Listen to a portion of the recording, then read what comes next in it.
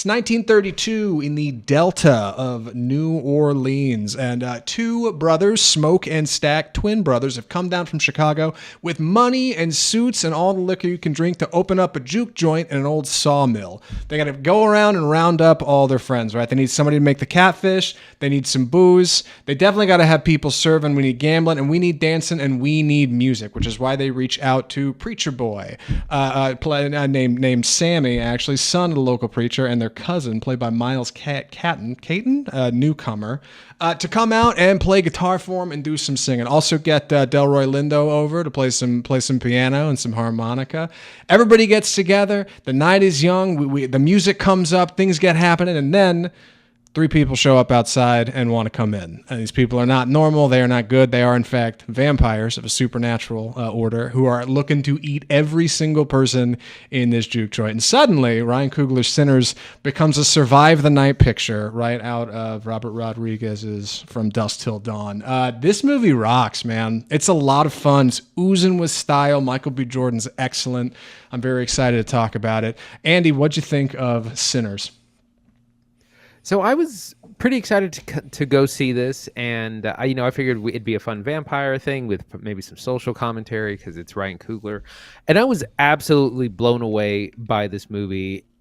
In a way, I'm trying not to overhype it, but it really blew my mind because it is so much more complex. There's so much more in it than I originally thought. A lot of the vampire stuff doesn't really kind of happen until later in the film, but the setup to that is so exciting. The drama, it's almost like a play where we're meeting all these different characters. We're learning the history of these people, their relationships, and it's so intriguing and engaging before any of the vampire stuff starts to happen. It's a celebration of Black culture and music and history, and also the history of Jim Crow South. This is actually in the Mississippi Delta area, but it's kind of in that Mississippi, Louisiana area.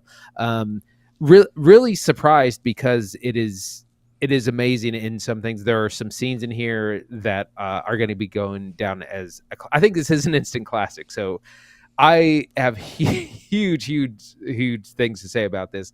But Zach, where do you want to start?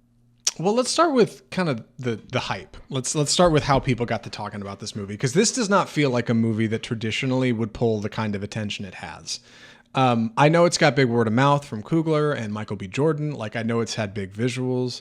But even still, like, it's an R-rated violent flick over Easter weekend, right? Like, it doesn't seem like it would be pulling $60 million domestic. And yet somehow, like, Sinners persists. I had not planned on seeing this directly over the weekend. I was going to watch it, like, Monday. I was just going to see it at a small theater. And I started getting texts over the weekend from people like you and friends of the show who were like, hey, you have one of these IMAX theaters by you. You need to go see this on the biggest screen possible. And I was like, okay, all right, guys, come on. Like, I'm sure it's fun, but it's not that fun. I'm very glad I did. Like, Sinners is a big experience. Like, it is so big. It is big vibes. It is big energy. It is big ideas. It is big action. Like, it is big violence.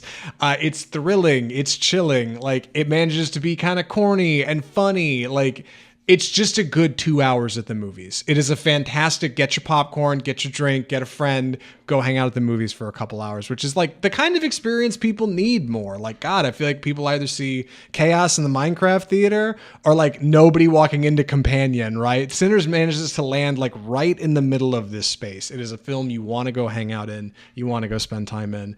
And of course it's rated R, so we should talk about a bit of the violence too, because it's not exactly for everybody. But Sinners. I guess the best place to talk is in plot and structure. First things first, Michael B. Jordan is not our lead.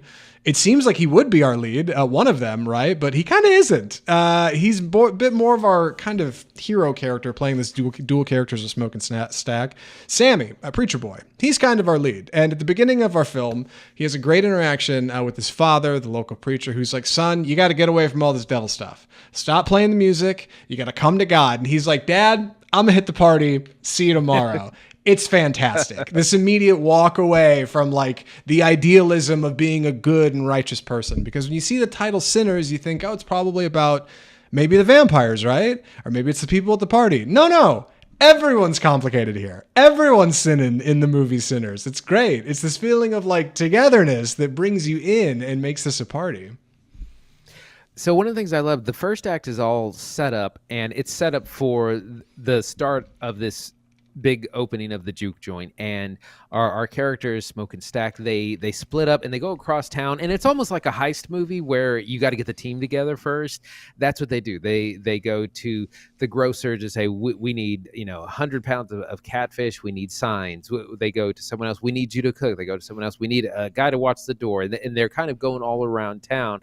And when we meet each character, they go to Delroy Linda, who's like doing an all-timer performance in here, and he's another blues musician, and they got to convince him because he's like, you know what, I haven't heard of your place. I've been playing at this other place for a decade, and they're going to be there next week and the week after. And so, I'm that's the gig I'm kind of loyal to. And so every interaction has a little bit of this, that sounds interesting, but I'm not really, I don't really want to do that. And so there's some push and pull, some negotiating that has to go on. So that first act has so much drama, and it's funny and it's engaging. And like, we haven't even gotten into a vampire thing at all yet. And the whole movie, I think, works so well because it's about our characters and their histories and their motivations, all in the backdrop of Jim Crow South.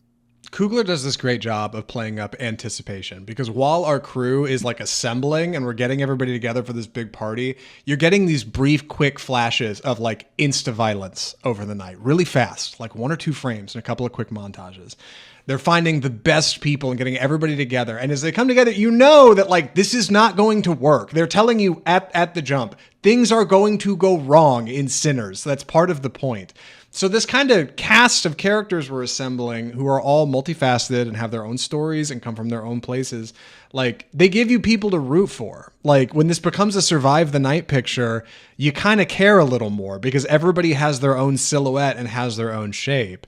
And as things start to go wrong, as people start to get pulled outside or somebody gets yanked out, or we're not sure who here may or may not be trustworthy, like suddenly these characters having dimension is important. It's important to standing them up against one another, especially when things get really violent. And they do. Like it's the violence is delightful in Sinners.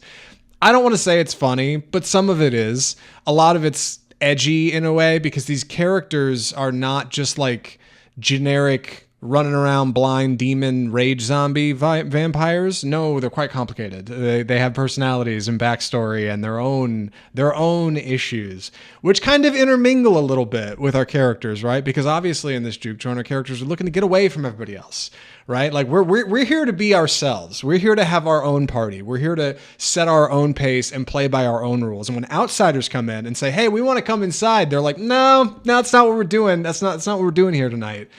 And this clashing of culture, like, is a space that Coogler seems to like playing in, along with themes of like death and the afterlife. Obviously, vampires kind of live forever, but when I saw Black Panther 2, I had assumed Coogler's like interest in death in film was just simply in that film because Chadwick Boseman was not in Black Panther 2. He was obviously not around.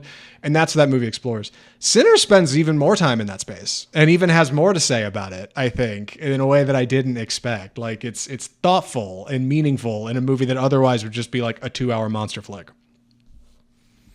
Yeah, there is so much going on, like I said, with our characters, and it's so strong thematic, which I don't want to spoil too much. So I won't talk about all the themes, but there's so much more going on than just a simple vampire thing. And it also does a delicate balance where it's educating or talking about the Black experience in this time of, again, Jim Crow South, where we have people picking cotton, sharecropping, people being paid with fake, wooden nickels, fake currency. Wooden nickels, yeah. And there's lots about the oppression happening at this time in the Deep South, but it's not a movie about that. It's not about Black pain, which a lot of movies kind of are criticized for. I think of things like Push from about 15 years ago, and that becomes almost its own genre, or becomes trauma porn. And Coogler does a great job of not going in that direction, where he brings up these issues, he tells you about them, but that's not the focus of it. It's an incredibly joyful film. The music is incredible, and that's where we should go in through next. Zach, what do you think about the music? We got to talk about Ludwig Göransson's score. So the score for Black Panther 2 was stunning. And I remember watching it thinking, like, the music is way better in this than it should be for a Marvel movie. And that's because Ludwig Göransson did it, right? He was actually a classmate with Ryan Coogler at the University of Southern California. It's where they met. He's scored most of his projects since. He does not miss with Sinners. It doesn't sound like a guy like named Ludwig Göransson would put out good blues music. He does, dude. They did a ton of research in this. Like, they took trips down to Mississippi. They got all kinds of big instruments here. Like, they collaborated with other musicians. Like, the score for Sinners is excellent. It is an easy best score nom. Black Panther 2 got a best score nom. Like, this will be a best score nom, like, for sure. The music's fantastic. I'm not a musician. Andy, you are, right? Yeah. Thoughts? Yeah. So to talk about Black Panther 2, Ludwig Göransson he lived in Mexico for a year to study the music of the Yucatan people and area and instruments, and then he incorporated that into the score. And he's done a similar thing here, where this movie is a celebration of the blues and kind of rock and roll and the power of music. And a lot of that is in this, that we have great blues music and performances, but there's also the movie style scoring that needs to happen, where you have like opera singers and orchestra, as well as like electric guitar and just really incredible sounds happening here. Like, no one is doing it like him. And I've heard a lot of people say, like, he might be taking the belt. He might be like he might be like the next Hans Zimmer, basically, or the next John Williams, where everything he does is so good and also so different. They're different from each other, because John Williams has kind of been criticized that all of his scores kind of begin to sound the same, where you can kind of always hear his thing, whereas Ludwig Göransson, everything sounds so different. He's done Tenet. He did both Black Panther movies. He won the Oscar for Oppenheimer, and now having done this. And of course, great performances by Miles Caton, who is a real life musician who's like toured with her, like HER artist, and Jamie Lawton, who's one of the main characters in here. So we have some live music happening, or live performances from real life musicians incorporated in this. So the music is a huge part of the movie as well. Big performances as well. Michael B. Jordan is fantastic as Smoke and Stack. I tell you, it's pure movie magic. Explain to me how you get two Michael B. Jordans to fight in a movie. How do you do it? It's movie magic, baby. Anytime I see one actor playing twins in a movie, I'm just like, God, that's mind blowing. It looks so good. There you are. It's like there's two of them. It's crazy, dude. Like, Jack O'Connell as Remick, kind of the say Head main vampire. protagonist of Sinner, dude. He's excellent. I don't know what else he's been in. I went looking him up. I know he did that movie Unforgiven. He's the main guy in that, like World War II pilot, the World War I pilot that ends up doing the Olympics or whatever. He's that kid. Otherwise, I know he's an English actor who plays a really great Southern vampire in this. Hailee Steinfeld's a lot of fun. Miles Catton's pretty good. Delroy Linda's a good time. Great cast, like no complaints, and got a good looking movie too. Big IMAX scene shot in 65 millimeter, which is I don't think it's how Brutalist did VistaVision, but I do know that Christopher Nolan and Emma Thompson, his wife, I know they helped Coogler shoot it. They helped him kind of figure out the format and how it was going to work, and a lot of those big IMAX scenes play great. They got these big, wide landscapes, huge skies, like really, really good looking stuff, and of course a couple real big action scenes that look real good in it. Yeah, I heard in an interview that Coogler and Nolan collaborated, and mostly he was asking, like, how do I use this thing? Because IMAX cameras are super loud. He was like, they're like a weed whacker on your set. Like, you can't record sound. You have to do sound separately because it's so big or so loud. And it's so loud because you got this giant film running at 24 frames a second. So he said it's like a weed whacker. And he's like, how do I use this thing? How do I like? So they had conversations about how to the kind of best approach, and they have kind of they've built like a handheld version of one that's still probably pretty heavy, but that they use for some of the shots. And they do have ones that have more soundproofing, but those are even harder to use because they're bigger and heavier. And so it's a whole thing. So when the IMAX full screen stuff shows up, it's a really special time on screen.